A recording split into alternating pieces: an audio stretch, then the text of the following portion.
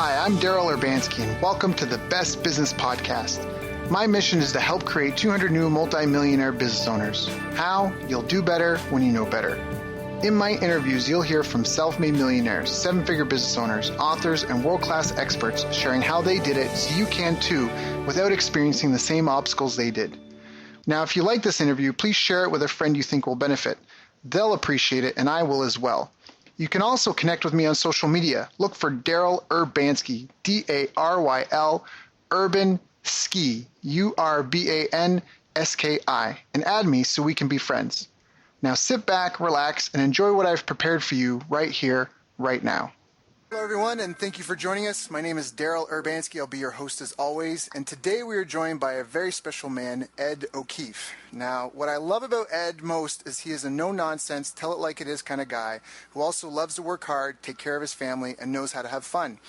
I first met Ed when he was speaking on stage at an event a mentor of mine, Lloyd Irvin, was putting on. One of the things I enjoyed most from Ed's talk was how well he explained his approach and how it all works together. It was very straightforward, easy to follow, and practical, and it was also brilliant information which really had an impact on me and my business. In fact, months later at Lloyd's birthday party, I really enjoyed it when I had a chance to talk with him a little more.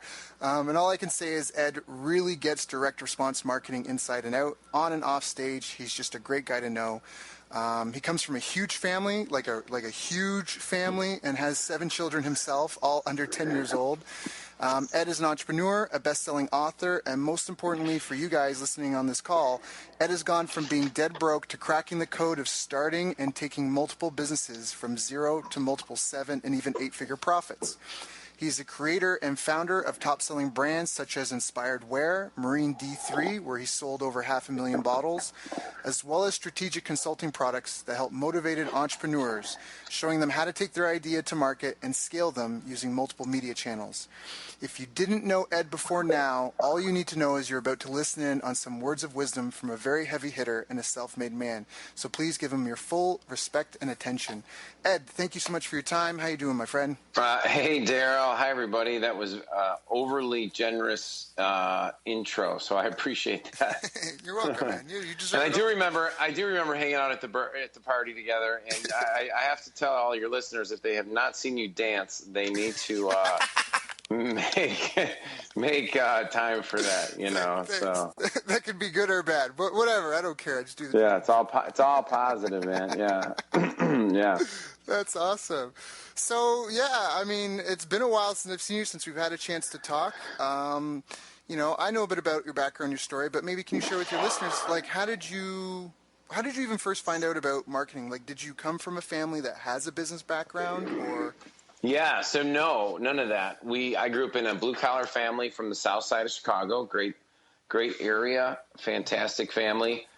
You know, I like to say my dad worked 40 hours a week, so he had the opportunity to work another 20 at time and a half. And, you know, for us growing up, it was kind of laid out for us where we were going to grow up, go through high school, go into the union and become an electrician or engineer or something along those lines, you know. And for some reason, I mean, I've never been good at utilizing my hands for like, you know, carpentry, anything like that. And my mom always joked with me saying, even to this day, it was pretty funny. Like, you know, I'm 39 now, I turned 40 shortly, and I have 7 children. We're married. We have, I mean, we're doing very well. Our life is very abundant in just so many ways, that we're very blessed. I mean, you know, but we worked hard for it, right? The same thing. So, and I still am not handy. so that has one thing that has not changed. And, I mean, I'll tell you funny, this is kind of a side thing, but I always like change. Like I do interviews, so I hate telling the same story over and over again. So this is actually a recent one, which is like last night. It's, I'm sitting down to watch Game of Thrones. It's Sunday night. The last thing I want to do is anything but watch Game of Thrones. And my 3.5-year-old is like, "What is that beeping, Daddy?" And I hear my wife out of the kitchen. She's like, "That's the battery of the fire alarm that your dad has to still fix." And I was like, "I know." And I was like, "After Game of Thrones," because, you know, it's just kind of where we go. So anyhow, yeah. And, So anyhow, I came from an awesome family. I was fortunate. Went to a great high school. Was fortunate enough to pick up volleyball around my sophomore year in high school after getting cut from the A team of baseball. It's kind of transition into volleyball, and went away, played 4 years of volleyball. Got my nursing degree. And, something that happened, I think this is really common with most people who follow the path of personal development or success or marketing, entrepreneurship, or just even living a positive life where they're at, whether it's, in their own career, is they come across some kind of audio tapes or books that transform their lives. And for me, that was the beginning of, I remember Chicken Soup for the Soul was famous, and I saw a couple motivational speakers, and then I went into my coach's, I noticed, my eyes were open, and I noticed in my volleyball coach's office, he had Psychology of Winning by Dennis Waitley, and he had Lead the Field by Earl Nightingale, and I asked to borrow those. Well, I still have those audio tapes today, so that borrow became into owning, I guess. But that was the first time I ever was told, even though I was growing up, I grew up in a very positive family where my parents were encouraging, my siblings were awesome, my coaches were all great, but it was the first time I ever was told that you can go out and create the life that you want, and you can go do what you want, and that we live in a land of freedom, and I would say now we live in a world of freedom for most of the population, and it's only going to get better. Despite all the other things that are bad, if you watch CNN and the news, despite all that, the abundance of opportunity is just exploding. But at that time, you got to remember, I was only 22, and I was, very collegial going through the nursing clinicals and stuff. But there was a part of me that was like, this is not for me. And so when I graduated college, I had already told my professors, even though they didn't listen to me, and I came home and said, I'm not going into this. And so I thought at the time I was going to be a motivational speaker, which I did, actually. I just didn't do a good job of it.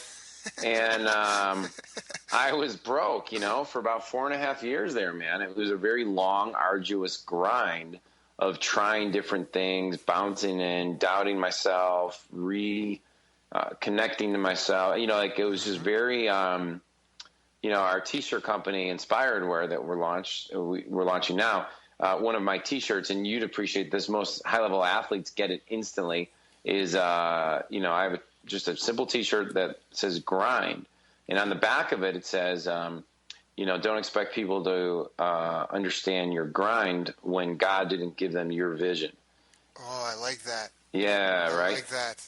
And, and so something on my kind of little mini mission is to redefine what grind means. And if you look in the dictionary, it talks about how grind is the process of destructing something into dust. And our society has adopted that language to apply it to what they do on a daily basis that they don't want to be doing or that's arduous.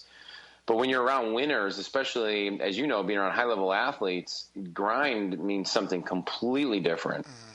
And it's the process from going from where you are to where you want to be in an unconventional manner that separates you from others in an uncommon or non-traditional manner.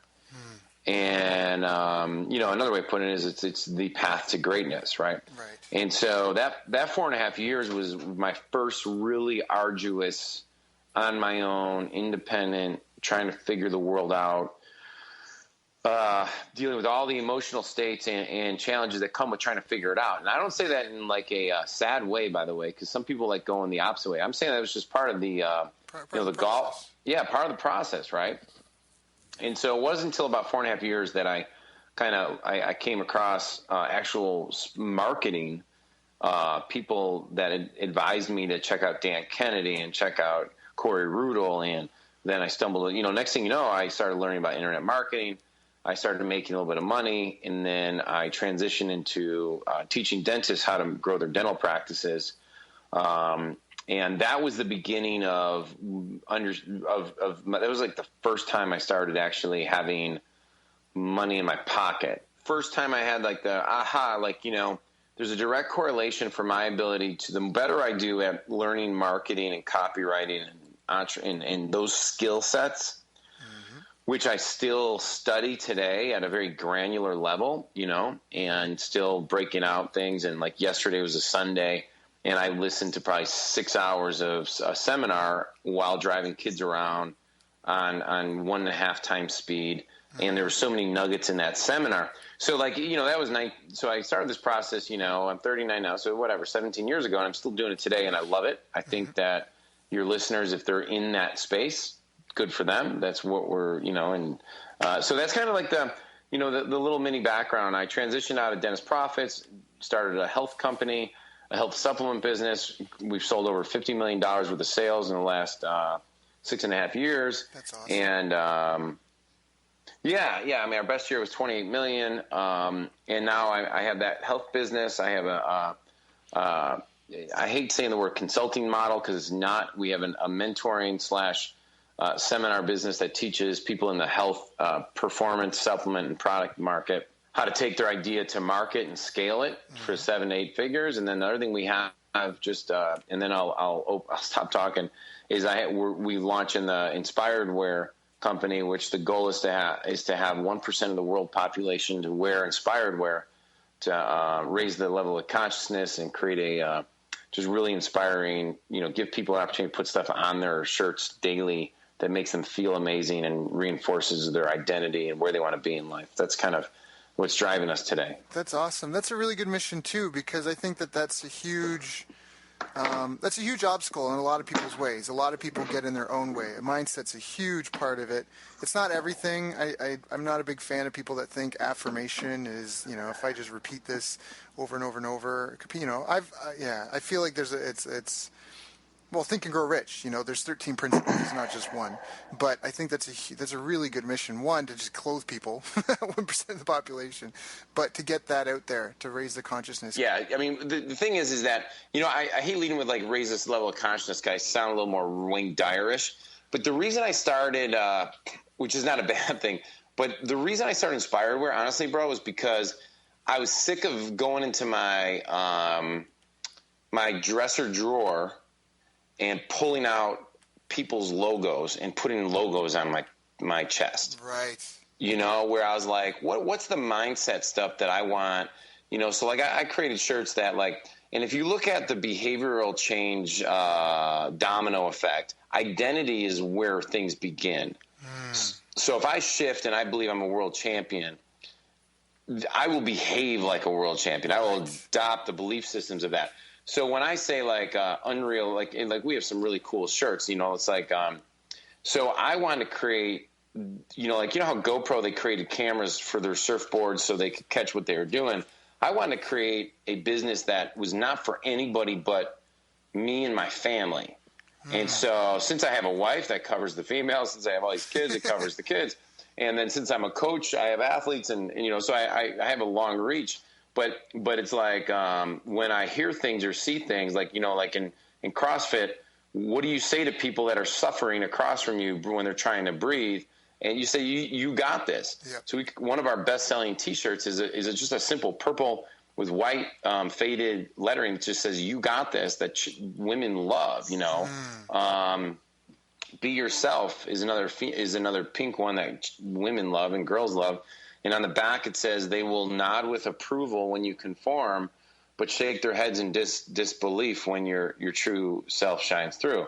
So that's stuff that, like, it's an internal affirmation, but it also sends to the people around you, like, this is a different messaging that is different than what you see elsewhere, and I am that person, right? So I mean, I could talk about this stuff all day, but I'll flip it back to you for No, it's fine. It's totally fine. Because here's the thing is, like you said, you wanted to wear clothing that inspired you to improve your identity and make your family healthier, happier, healthier, and even the people you coach, and just have that impact on others. And that's even this whole podcast. I don't know if you're aware or not, but this podcast has the mission to help create 200 new multimillionaire business owners. Because I love it. businesses solve problems for people.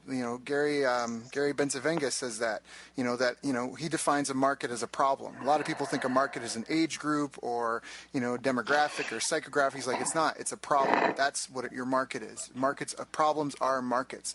So I want to help make a difference in the world. And, with your own business, you can help every business needs a few hundred customers at least to kind of stay afloat, especially over the long term. But if you're helping businesses, now you can affect thousands and tens of thousands of people. So I think it's a great mission, and it definitely, people, what is Michelangelo, I'm gonna butcher the quote, but I think Michelangelo has a quote where, the greatest threat to humanity or to a man is not setting a goal and failing to achieve it, it's setting a goal and hitting it, or something like that. It's like, it's just setting your goals too low, that you don't really push yourself to strive to become more and be better. So yeah. And and let me add to that real quick. So the marketing principle behind it too is that I only want to start businesses that and grow brands of things that I personally am ridiculously passionate about. And the reason is, man, is because the typical marketing formula is find a hungry market, find out what they want, and then give it to them.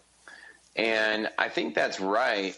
And I think that's a great bulletproof system. But I think we're in a time that social media and globalization and technology and the ability to crowdsource things means that why would you ever do stuff that isn't congruent with your spirit and who you are at a core level? Why go on a mission that you're not willing to, I don't say give your life for, but I guess in some ways, why do that? Like, why waste your freaking time? Yeah. Because now you can. Yep. And so, I was sharing with a young group of inner city kids, you have the same exact resources that everyone else does. You have Amazon.com, you got YouTube, you got Facebook, you got social media, and you have the ability of doing it, and so does everybody who's listening to this. So, something I was really conflicted with in our health supplement business, we have phenomenal products that I take daily. I have my routine. I take our 3 top omega-3s with super antioxidants, and I take our probiotic. That's the 4 products I take daily. Those are all our best sellers. And we were selling them primarily to the baby boomer crowd in a way that is more fear-based. It's like, are you like kind of, do you have high blood pressure, blah, blah, blah. And that's cool. That's cool. I mean, that works, but it's not the 35 to 55-year-old male who is actively trying to feel better energy and, keep his muscle at a certain level. Or the female who's getting up and working out, and maybe they have blood pressure. But I want to speak more to my own demographic. And I got great advice from a good friend of mine, Mark Jenny, and he got it from a guy who's, I think, Paul Graham, who's the guy, Y Combinator. I might be butchering that a little bit. But anyhow, but I was already on to this advice, but because I got it, but this just reaffirmed it. And I intuitively started to get this, Daryl, which was, why go try and figure out a market that you don't know? Why not just sell to yourself? Because there's millions of people like you out there. And if you start looking at what's so beautiful about, I think, our time and age is that the fact that gluten products and dairy and sugar and all these things, listen, I'm not perfect. I believe in the 80-20 rule, 90-10 rule, which is if I eat clean 80%, the other 20 kind of takes care of itself, and I train, blah, blah, blah. I'm not a pro athlete, so I'm not worried about that next level. But when you look at just freaking obesity going crazy, and you look at the diseases that are popping up, the fact of the matter is that if people just cleaned up their diet 80%, they would have massive transformation, right? Right. So I'm not going to go off on a tangent on that. What I was trying to get at was that you now have a population and a generation that is starting to understand that, hey, I like the idea to lose weight and to feel great and to be a badass, you need to actually train. Like Spartan is popular. American Ninja is popular. It's even cooler about entrepreneurs. Shark Tank is ridiculously popular. Yep. Well, why are those things? CrossFit obviously is boomingly popular, Yep. UFC exploded, right? Why are these things, Zumba, Beachbody, all those, why it's positive is because it's raising the mindset of consciousness that you can't be a lazy piece of crap and expect to get great results. Right. And I think that is such a truth that is so true for entrepreneurship. Like the buddies I hang out with now, nobody brags about the shit they didn't do. They talk about all the awesome things they're creating. Yeah. And so the whole island lifestyle, sitting on a hammock and like sipping margaritas, that'll be cool for about 2 days. Yep. And there's a time and place for everything, but I can go off. I talked to my wife about this weekend. I'll tell you, because we have 7 kids. We get invited to like all the graduation parties, all the things, all the neighborhood things. We have more obligations, and anytime you do stuff out. No, but this is an interesting quote because it's going to be in my book about one of the key traps. Anytime you're doing stuff out of obligation, those end up being your worst decisions, right? Yes. And I said, we need to reevaluate how we schedule our weekends because I need to be around people doing things that are inspiring. Even if so that might mean we're stopping in and we're leaving. Yep. But I'm not sitting there for sorry, you can edit that out. No, it's like, we're not sitting there for 6 hours to talk about the same shit we're going to talk about 1 year from now and then the same stuff we talked about a year before. Yeah. I have too many visions and missions in my brain, and I want to be stimulated and I want to be around.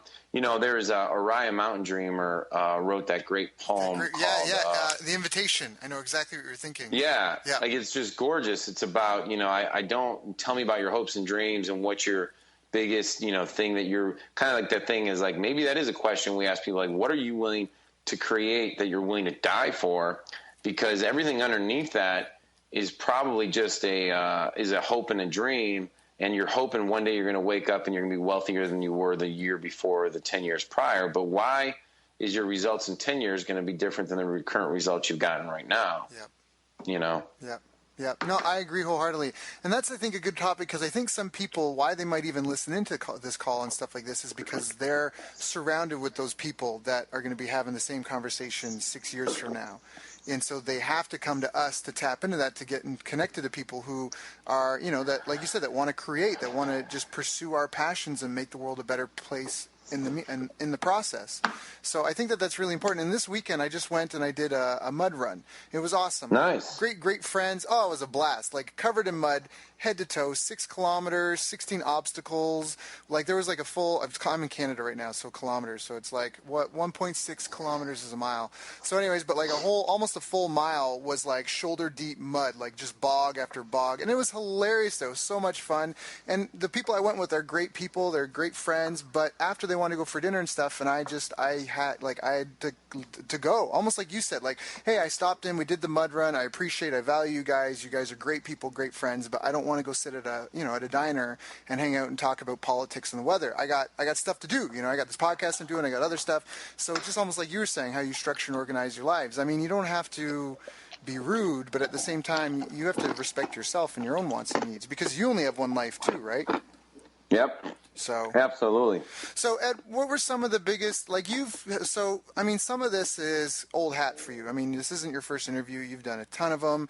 You've helped so many businesses and entrepreneurs in that. Do you feel that there's like key sticking points? Like, what are kind of the milestones when you're helping someone go from like a new business to 8 figures? Like, do you already know some of the things they're going to get tripped up on, and what are they? Well, yeah, there's definitely, like, most guys, purely from a business perspective, you have to look at your new acquisition. How are you getting customers into the business? Mm-hmm. And where are you at from a break even to profitability to, and then one thing that you got to look at too is you got to go net you have to really go to the net refunds rates, so everything looks good on day 0, but where are we at net 30 after refunds come in, fees come in? And then something I didn't do for a really long time, Daryl, that I think is lack of being aware and really only learning from quote unquote marketing guys or direct response marketing guys, is the focus is so much on the marketing that we forget that in business, you have two sides of the fence. You have the profit and loss statement. You have to actually, all this shit for me was self-taught. So I had to go learn. Like I didn't create it, but I mean, I had to go seek out mentors, read the books, just like yourself, just like everybody else. And probably when you went to college, even if you did get your MBA, there's a big difference between concepts and application. So when you're looking to scale, the speed of movement of going from acquisition to ascension is very, very critical. Like, so is my customers buying my product number 1, number 2, number 3? I'll tell everyone a quick story that there's the old story about a dry cleaner. Once you go to a dry cleaner 4 times, they got you. And so the question is how do you create an experience for your customers that they habit pattern going to you, right? Like Inspired Wear, for example, we are giving away. My goal is to give away 10,000 T-shirts, awesome. And the way we're doing it is to have people refer 5 friends who enter the contest to win 1 T-shirt. Once you win 1, or you can be in the contest, everyone go in the contest, and we're going to give money credits to everybody anyway. They just don't, maybe we need to promote that, maybe not. But once you send 5 friends who enter their name and email, you automatically get a T-shirt, Daryl. Plus, what's even better, buddy, you get $15 credit to our store. Right. And then if you refer 10, you get more money. And if you refer 30, 50, it goes all the way up to where you can win 2 T-shirts plus $70 credit. We may actually lower that a little bit. I'm trying to think through the logistics of $70. I think you could buy a whole village clothing for. But my belief system is I bet you if I went into, you're a guy who works out, if I went into your drawer at your house, I would guarantee there's probably 16, 20 T-shirts that you bought and picked up at different martial arts places, different CrossFit stuff, your mud runner stuff. And people buy clothing. They love it.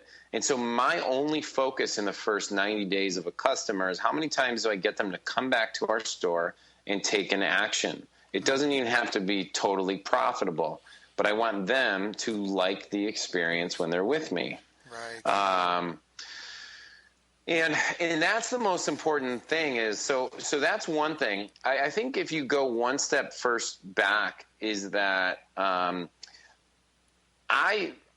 way more concerned, or more, I should say focused, because concerned isn't, I get concerned if this doesn't match with people. I'm way more interested in where their strengths lie as a person and as a human being, and where their natural instincts are driving them, because I would rather than re-engineer their business around that skill set and have a high 6-figure business that is right within their sweet spot than try to force them to go to 8 figures and have them do a bunch of things that eventually get out of their control. Right, and have them hating life.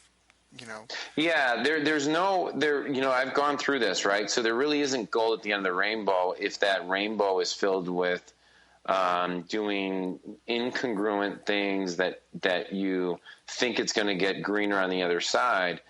And there's something I talk a lot about. I have this one of my articles on my website. It's EdO'KeefeShow.com is Ed's disaster story. And I share how I lost like $250,000 in about 8 weeks in the health supplement business. Yeah, and it didn't happen in that small. I literally lost about $125,000, but the end up damages turned out to be like around $250,000 when I was done. And it was when my goal to scale, I put my trust in too many of the wrong strategic relationships. And one of the things that I teach people is that if those strategic relationships aren't fully aligned with your best interest, so your success creates their success, not your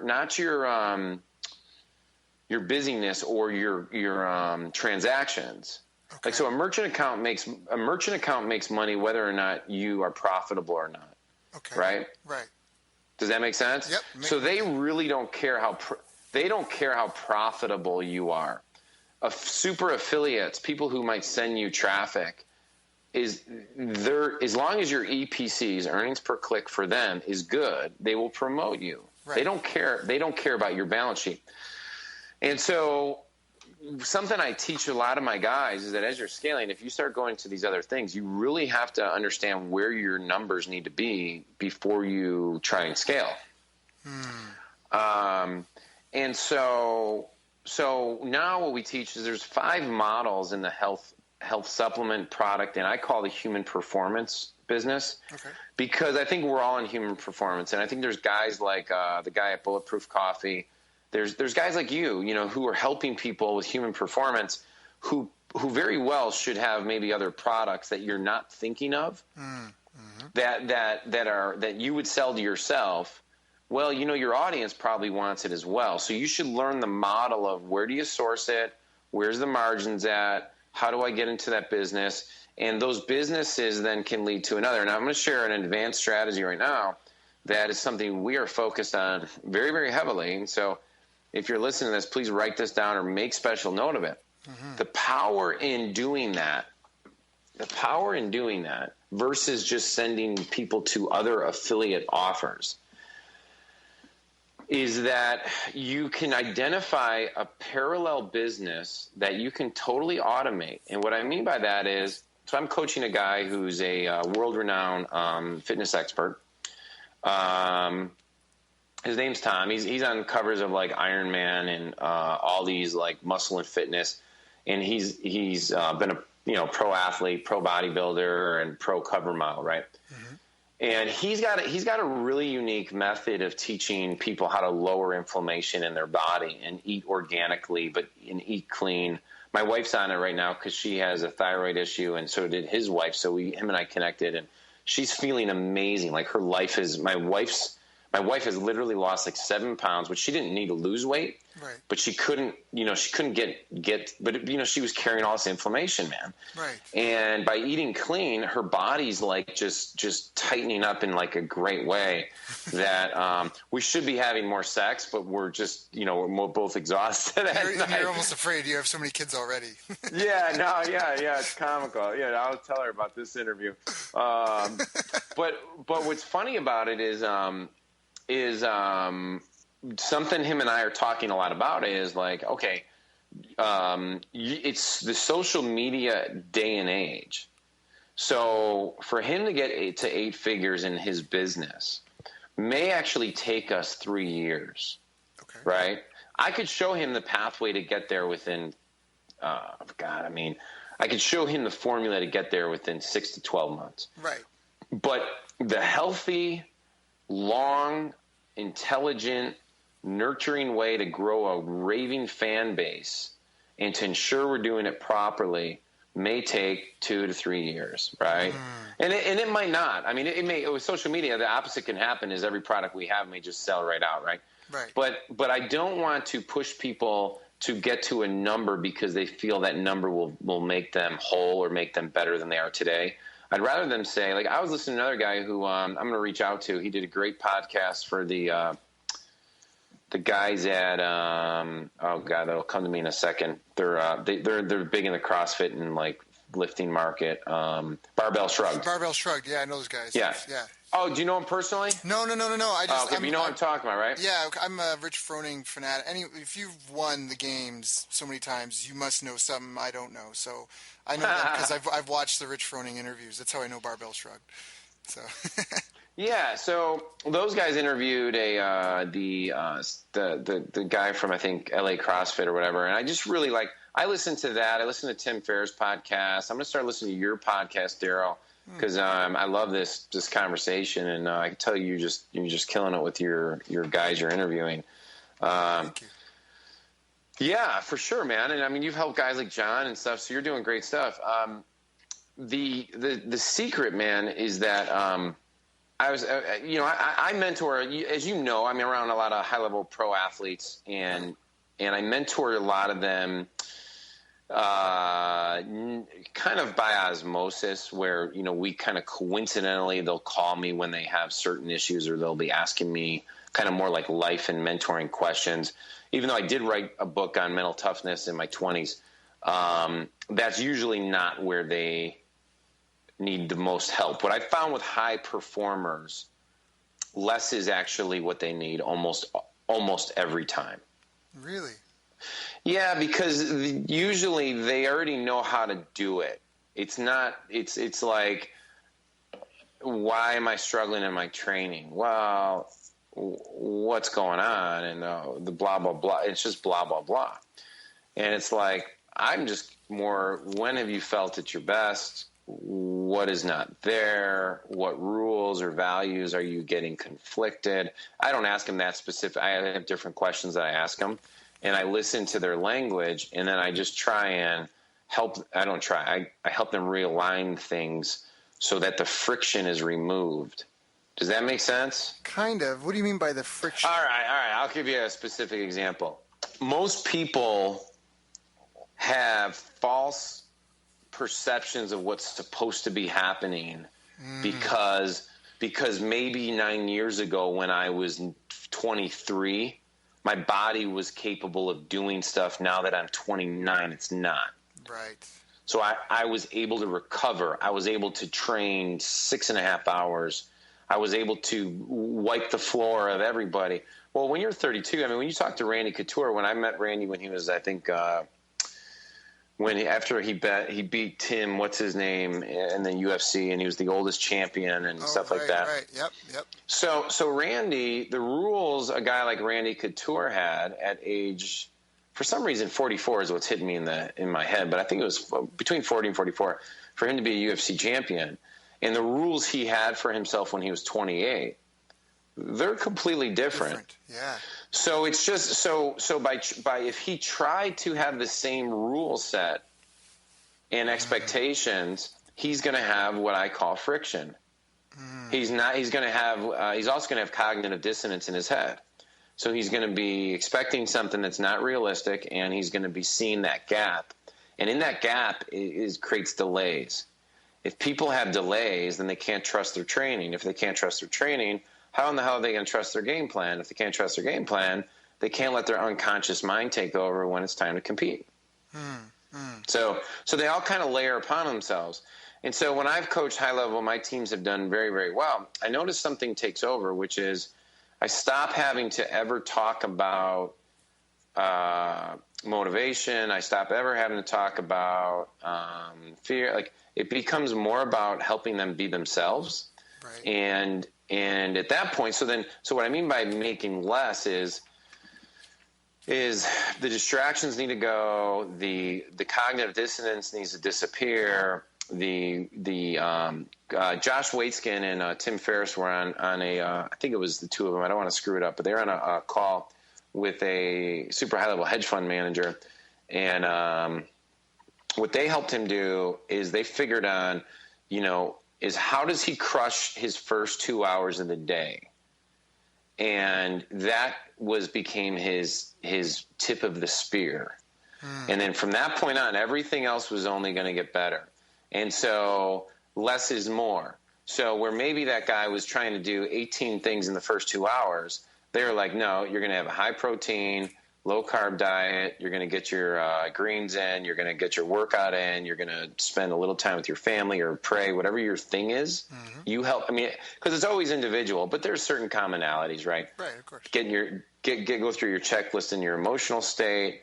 I created another audio about why I think people pay Tony Robbins $1 million a year and a lot of this high performance coaching stuff, Daryl, is kind of the stuff I love talking about because I think entrepreneurs are the same thing. It's all the same thing. So less is almost always more in the case of when you start looking at high performers. Right. Right, right. No, and I think you're right in the case of entrepreneurs in the same way, because a lot of the stuff, it's the same. Like, I mean, for a lot of the people in the world, they just go to work, they clock in, they clock out, and as long as their work is satisfactory, then they just get a paycheck and they get to go home. But when you are directly responsible for the amount of money you generate at the end of the day, every day is competition, and some days you might not be on your game, but you're still at the competition. So I love the analogy between the two. And I think just like in athletics and business, I think it's very Shakespearean.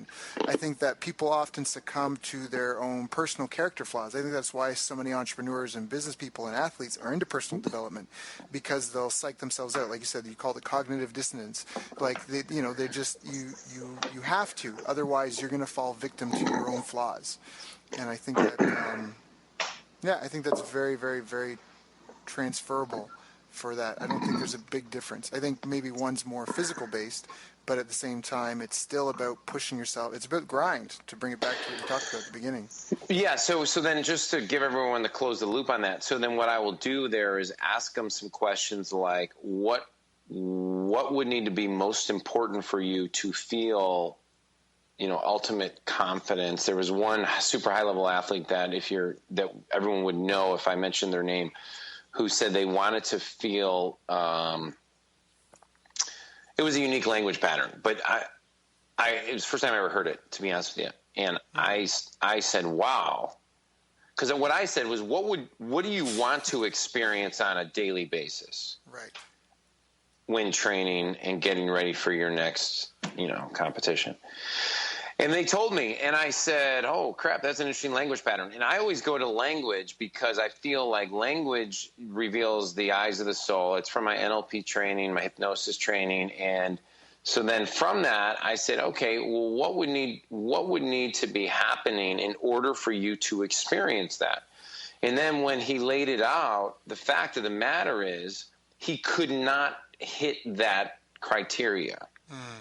Just physically he couldn't, like no more, because of injury, because of limitations, because of whatever it might be. And so he was screwed if he didn't change that criteria. Right. He was just totally screwed. And so was everyone around him. And so we worked on just realigning those rules and then creating so then what can we control to create that same outcome, that same energy directional experience. Okay. So by just realigning that, you lose friction. And then now it's like, okay, cool. I don't have to worry about that because it's gone. That stuff, my old rules created that, but now I have these new rule sets that allow me to do that. I'm another UFC contender right now who I'm talking to and mentoring slightly. And again, you got to look at rule sets and values and see how they work together. Them being incrementally better at a certain thing is already going to be programmed into their game plan by their coach, right? Right. And assuming two guys are at the same level and they're doing the same game planning or something at a similar level, the guy with less friction is going to outperform. Right. So. Yep. You got to get out of your own way. Yeah. Yeah, totally. Yeah. No, I agree with that wholeheartedly. I learn a lot of stuff. It's funny because it's so, not to go into much of my own tangent, but so I'm adopted. And the family I was adopted by, they're very much into 10-pin bowling and golf. But I kind of dropped out of both of those kind of as soon as I was old enough to make my own decisions. I'm just not into them. I'm more into you saw me. I'm Brazilian Jiu-Jitsu, MMA, mud run, triathlons, CrossFit. I'm very an active kind of guy. But it's funny because even just hearing you talk here, and I think especially my dad, he is so into the psychology of the bowling and the golf and constantly having to step up at both of them. Every shot you're on, step up and have to clear your mind. And almost like you said, a person who has less friction will execute better. because they're not going to step on their own toes. They're not going to second guess themselves. They're going to be consistent, congruent, and they're kind of thinking from like their thinking's based in reality of where they're at. That kind of hit home for me because I hurt my back this year doing back squats. I've never been a weightlifting guy, and I was really putting up some big numbers in weightlifting and kind of want to see how far I could go. And then, I don't know, I was CrossFit workout, did 25 sets of reps of a back squat, and the 26th one my right side gave out. But it's almost like, it's fine now. I'm I'm back on it now, but it was almost like you said, like you're not 22 anymore, right? And just changing the rules. It's because, like you said, just even with these high level athletes, they'll perform. Like they're going to take care of the training. They're going to do everything that they can tactically to make their dreams a reality. And what you're saying, what you're trying to do is make sure that their goals are based in reality, that they're actually coming from a standpoint of where they really are, and that there's clarity so that they can really focus on what they need to do, that there's not any static going on in their brain, and also anything if they've got any sort of self-destructive behavior or habits. To get those so can I translate this over to entrepreneurship for a second? I'll break it down to the micro now. So if I'm listening to this and I'm sitting here going like, okay, guys, this is great. I understand I may have some rules that are messing me up and stuff like that. Well, so then what you need to do is make it easy for people to have, like if I want you spending $1,000, $2,000, $3,000 a day on Facebook or on advertising, that dude, at one point we were doing $100,000 a day, $120,000 a day. So that means we were spending $40,000 to $60,000 a day in ad spend. Right. So for you to do that, you don't start there. Right. So you don't stress out about that. And so what I would always like to say to people is like, how do you break this thing down to make it very, very easy for you to move? So what rules would you have to create? And so if they follow the rules and how we do media buys, then you won't have to worry about losing money because our rules protect you. And so the question we ask is, what are you willing to spend and to lose? Or what are you willing to spend that if you lost it, it wouldn't affect you emotionally at all, but it would allow you to start doing the habit pattern that eventually will get you where you need to be. And so let me give you a simple example. If I'm selling a product that I'm willing to spend $20 to acquire, or I can spend, our target is $20 to spend to acquire a customer. The rule when you start your business, like when you target audiences or you target this can be indirect, this can be in anything, right? The rule is that if I end up spending $40, more than $40, and I have zero sales, I pause that ad. Right. So 2 times your CPA, your cost per sale or cost per action. For some markets, it may be 3 times because of if I'm selling something for, say, $10,000, and I've spent $2,000 and I haven't made a sale yet, I'm willing to spend $2,000. Once I get to $4,000, my rule would say to me, pause the ad. Because I'm going to find a target that I'm going to be consistently hitting $2,000 per sale, and then I'll be making my money in that target or that audience or that on that site. And so what I like saying to people is if you're learning how to run ads or you're learning something, just lay out your metrics, lay out your target, and then go ahead and run some ads with that micro loss. The worst case scenario is you lose $40, mm-hmm. And most people are going to say, "Oh, I can lose $40 100 times over." Right. All right. Well, then guess what, buddy? You just gave yourself permission to run 100 tests over the next 90 days. So so if you ran a habit pattern where you tested 2 creatives or 2 landing pages or 2 whatever 100 times, you are going to be in a place where 99.9% of the population will never get to. So that's where the focal point needs to go in business. And you don't need to be a pro at the beginning. You just need to know what is the first step towards being the pro, and then build a foundation that when you rep this thing out and you're one of the best in the world at it, you now have a skill set that will work at the next level. Like you mentioned Lloyd Irvin, right? And one of Lloyd's founding principles when teaching white belts is that the real world champions is he's designing a culture where guys are to be world champions, right, at the black belt level. So he's not teaching them tricks that will only work against white belts. Yeah. So it's all about where are we going. And if you take that same mentality, brother, I mean, it works for everything. Yeah, no, that's huge. That's huge and very powerful. So that's obviously something that's really helped you in your business career, in your life. What's one more thing? What could you say has been, like you mentioned paid media and you haven't really talked about anything else. So can you talk about paid media a little bit? Because some of the people listening, this topic has come up a few times and I get a lot of feedback from people because you've mentioned social media as well and you talked about growing fast versus growing slow.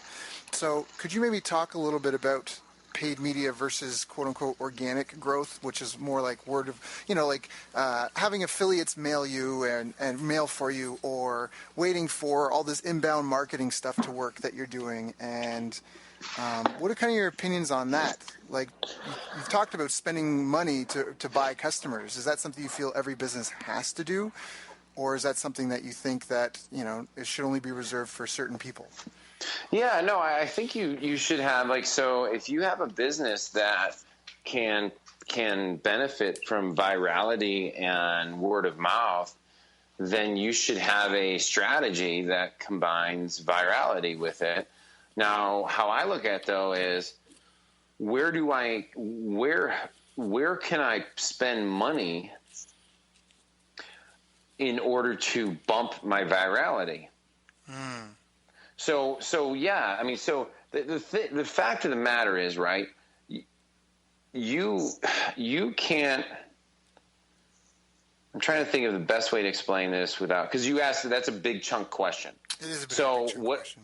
That's okay. That's okay though. So like with paid advertising, what I would suggest for everybody is pick a channel that they have a strong resonation for, based that they know for a fact their competition is already killing it with. So if I use compete.com and I use a couple of my tools and I find out that this company's getting 60% of their traffic from Pinterest and I'm committed to dominating this business, well, I'm not going to go learn, Instagram. No, I might learn Instagram because it's very similar. I'm not going to go learn. I'm not going to go learn Twitter ads, right? I'm not going to go learn Twitter ads and 6 other things. I'm going to go study what they're doing and try and reverse engineer what this company's already doing on Pinterest. Then I'll see where So then I'll just run my system, which is I'll go buy any courses. I'll go study who's talking about it. I'll look on YouTube. That's kind of my system that I go through. And then I go to my mastermind groups and find out who's doing what, where, and, or who's already an expert there. And then people don't realize that there's almost nobody out there that you can't buy their time. Right. So my secret to leapfrogging and everything I do is who's the best in this business, and either I'll buy their course, I'll do whatever, and then if it makes sense, I'm in their mastermind group. I mean, if I need to buy a day of consulting, I'll buy a day of consulting. But so that's what I do with paid consulting or with paid traffic. The micro side of it will go into each channel. So the first element, let's break down the strategy I'm about to give. So first strategy is, where's your competitor at? How are they getting the traffic? What creatives are they using? What offer are they using? What sales funnel are they using? And I will videotape the entire funnel, left to right, full thing. And then I will say, hey, okay, cool. Can we replicate this? Can we do something similar? Can we make it better? But you always got to foundationally copy what they're doing first. And I don't mean steal. I just mean make your own version of it, because if you can't do that, I mean, like, creativity sometimes ruins everybody, Yeah. Yeah. So, that's where I'm at with that, man. I just think, and then you run your ad, you have your rules, and then we see where we're at. Now, what I would say to people is that you need to have some form of paid strategy with your business. Otherwise, your referrals end up drying up, your virality. If everybody's doing the virality, but you're the only one boosting and pumping and spending money to accelerate your virality, then you're going to have an edge where they don't, so I wouldn't be afraid of it. I would embrace it, I love that. So let me just try and do a bit of a recap. So you said the strategy in the beginning is you use some tools like compete.com or like follow.net, some sort of online competitive analysis tool to try to break down where your competitors are getting their traffic from. You'll take a look at, a buddy of mine calls this the black Lamborghini test. He says he takes all the competitors in his industry, puts them out on the table, and gets rid of everyone who couldn't reasonably walk on to a car lot and get a Lamborghini today and be able to afford the payments. And then he takes that person, or you would take that person, and you take a look at their funnel, you buy all their stuff, you take a look at all of it, and you record it, make a model out of it, just kind of create kind of a template, and then you go back to your team and go, hey team, this is what the black Lamborghini guy is doing, what can we do to make this better and our own? And then you launch with that with some rules that are within your comfort zone, and if wherever the traffic source might be coming from, whether if it's like you said, Pinterest, if that's really what's driving that business, then you master that. But you also think that paid media has a place in pretty much every business, although it might be different, but you still need that to kind of keep pumping things along. Is that correct? Yeah, but here's exactly. And here's one other thing I just want to tell everyone. For $5 to $10 a day, you could be boosting posts to your audience with good content that may have slightly a brand strategy, but you could also infiltrate your competitors' fan bases by simply just going on any of these social platforms and buying ads. I mean, this is not rocket science, man. I mean, if you want to be well known and associated with certain people, just go buy ads and stick your stuff right there. But what I like doing is create enormous value. Like if people go and check out like my blog, I just give ridiculous sums of value because I believe most people hold out. So why hold out? Just give it away. Right. No, totally. And even like your T-shirt contest and that. And I mean, we should probably talk a bit about what you have going on now. Is that contest alive and well? How do people go and find out about what you have going on? Like you said, you're launching that? You're about to launch it? Yeah, we're hopefully we'll be live this week. But inspiredwear.com is where you can go. Okay. Inspiredwear.com. And I mean, the contest, hopefully it's still there when you get there, but I think it's going to be. Right. And our goal is to really launch this thing out in a very aggressive way by what do you call it? By giving a ton away and creating a ton of customers and raving fans. That's the goal. Right. Yeah, that's huge. And that's I appreciate what you brought up about the dentist thing, or not the dentist, sorry, about the dry cleaner, because I think that's a really powerful point. Like you even saying that you're willing even to go at a loss. I mean, that's a conversation. We don't have time for that today, but a conversation versus profit versus growth. You're willing to invest in the growth of your company and potentially even take a loss to give away a ton of free stuff just to get people into the habit and routine of coming to your business and making purchases or going through the purchase process, even if it's with free credit. You're training them that way. That way, like you said, with the dry cleaner, if you can get them to come back 3-4 times, now they're very comfortable with you. They're very familiar, and they understand how it works. So that's something that I think it's a great launch strategy. I really love the virality of giving away the T-shirts and being able to give your friends free T-shirts. I think that's a really smart way to do it, especially with social media. I think it's going to be really, really, really successful. So I guess if anyone wants to check out how that contest is going or see what's new and inspired, it's inspiredwear.com. Do you have a social media page or anything as well that you're going to be using to kind of help pump the contest up? Yeah, so inspiredwear.com is Instagram. Check us out. #inspiredwear.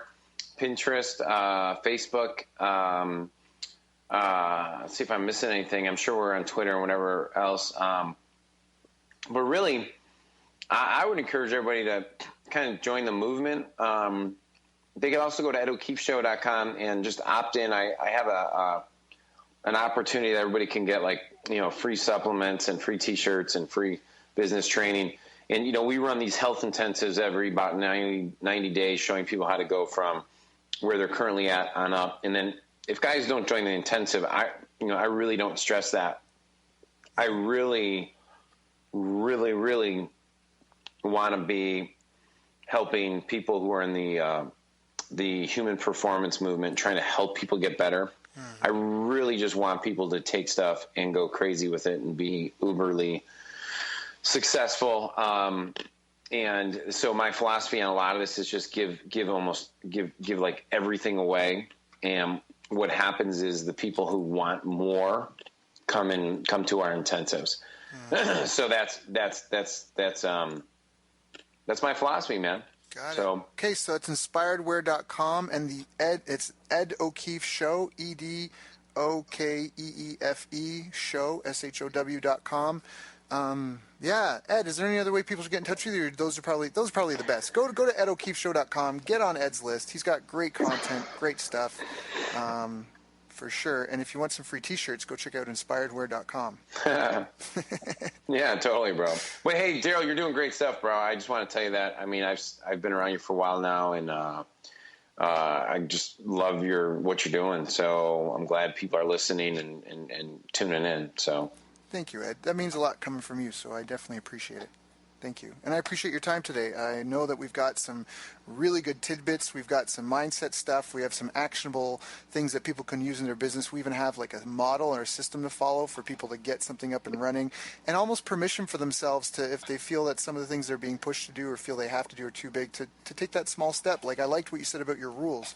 You know, just keep it small. Just stick to something you can handle to at least get the habit going, because you can grow a habit. Habit patterns and who you become is the name of the game. You said it perfectly. That's awesome. Well, thank you, Ed. I appreciate you joining us for today, and thank you so much for your time. All right, brother. All right, everybody. Have a great one. Thanks so much. You've reached the end of our interview. Now, first, let me thank you for listening. I appreciate and respect you more than you'll ever know. And now I'd like to ask you a couple of questions. First, what 3 lessons did you just learn? What 3 aha moments just jumped out at you? Second, what can you implement for yourself and your business in the next 24 hours? Third, what can you give to someone else to help you with, or give to them to just do it for you? Whatever it is, remember, taking action is the secret sauce to results. Now, if you think this interview would be helpful for a friend, please give them a link to it. It'll help them, and it'll help me too. I'd also like to invite you to help me find out more about the challenges you're facing, your dreams, your goals, and how I can help you overcome what's holding you back. We both do better when we know better, and your success is my success. So please reach out and interact. You can visit our website, bestbusinesscoach.ca for Canada or California, where I'm from and where I'm living. You're welcome to also try out one of our paid programs. You can find us on YouTube, Facebook, and pretty much every other social media channel you can think of. You should also subscribe to the podcast, and if you're enjoying them, please leave us a nice review. It really helps. That's all for now. Once again, thank you. Take care of yourself, and remember, the world needs the best business you can build. And I believe in you.